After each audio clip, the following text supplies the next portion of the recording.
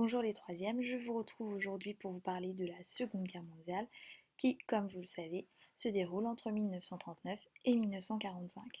Donc avant d'aborder différentes phases du conflit, nous allons revenir sur les grandes caractéristiques de cette guerre. Donc on parle d'une guerre mondiale car le conflit est planétaire. On a en effet deux camps qui s'opposent. Le premier camp, c'est l'Axe, qui est composé de l'Allemagne, du Japon et de l'Italie. Face à l'Axe, on retrouve les Alliés, qui sont principalement composés du Royaume-Uni, de l'URSS et ensuite des États-Unis. On parle aussi d'un conflit planétaire car les combats ont lieu sur plusieurs continents. On a une première grande zone de combat en Europe et en Afrique du Nord, et on a aussi une deuxième zone de combat dans l'océan Pacifique, qui oppose plus le Japon et les États-Unis. Je reviens rapidement sur le contexte des années 1930. Donc on a la montée des régimes totalitaires, notamment le Japon, qui cherche à étendre son espace vital en Asie au cours des années 1930. Plus connu et déjà étudié, l'Allemagne, qui dans les années 30 avec Hitler, cherche à étendre son espace vital sur toute l'Europe. Hitler procède par étapes. La première étape, c'est le 13 mars 1938, ce qu'on appelle l'Anschluss, c'est-à-dire qu'Hitler rattache l'Autriche à l'Allemagne.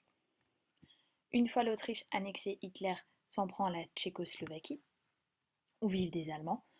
Suite aux accords de Munich le 30 septembre 1938, la France et le Royaume-Uni cèdent parce qu'ils veulent surtout éviter la guerre avec Hitler, et l'Allemagne annexe les Sudètes, donc une partie de la Tchécoslovaquie. Bien entendu, Hitler ne s'arrête pas là et s'en prend ensuite au reste de la Tchécoslovaquie en mars 1939.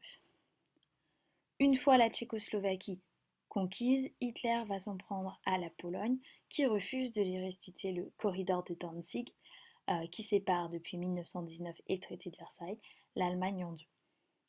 Hitler va d'abord s'assurer d'isoler la Pologne et va conclure avec l'URSS de Staline un pacte de non-agression le 23 août 1939.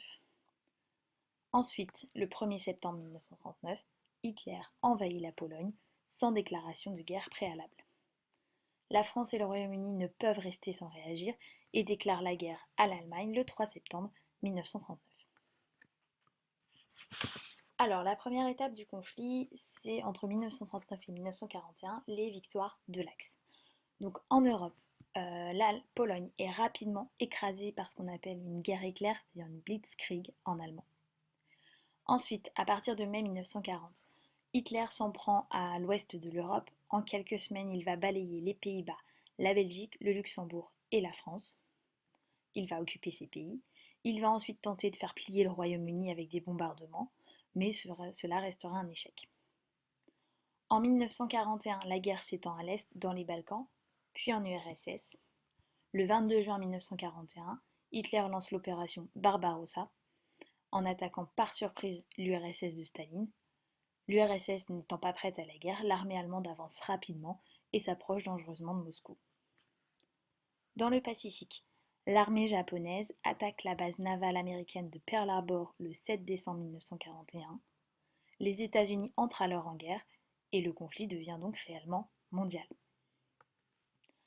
Suite à l'entrée en guerre des États-Unis, on entre dans une nouvelle étape. L'année 1942 marque un tournant dans la Seconde Guerre mondiale. Avec une mobilisation sans précédent, les Alliés parviennent à stopper l'avancée de l'Axe. Donc, dans le Pacifique, les Américains tiennent bon face aux Japonais lors des batailles de Midway en juin 1942, puis de Guadalcanal en août 1942. En Afrique du Nord, les troupes allemandes sont vaincues par les Britanniques à El Alamein en octobre 1942, et suite à ces victoires, les Anglo-Américains organisent un débarquement au Maroc et en Algérie en novembre 1942 pour reconquérir cette partie de l'Afrique, qui était alors aux mains des Allemands. Sur le front russe, l'armée allemande est encerclée par les soviétiques à Stalingrad et est obligée de capituler en février 1943. Cette victoire est symbolique car c'est la première grande défaite allemande sur les territoires européens. À partir de 1943, on entre dans la dernière grande phase de cette guerre avec la victoire progressive des Alliés. Les Alliés organisent une contre-offensive sur tous les fronts. Alors, ils vont d'abord organiser un débarquement en Italie en 1943, Le débarquement le plus célèbre, c'est le débarquement en Normandie le 6 juin 1944, qui sera suivi d'un autre débarquement le 15 août 1944 en Provence. La France est dès lors libérée en quelques mois. Sur le front Est, l'armée rouge, donc l'armée de l'URSS, libère l'Europe orientale et centrale.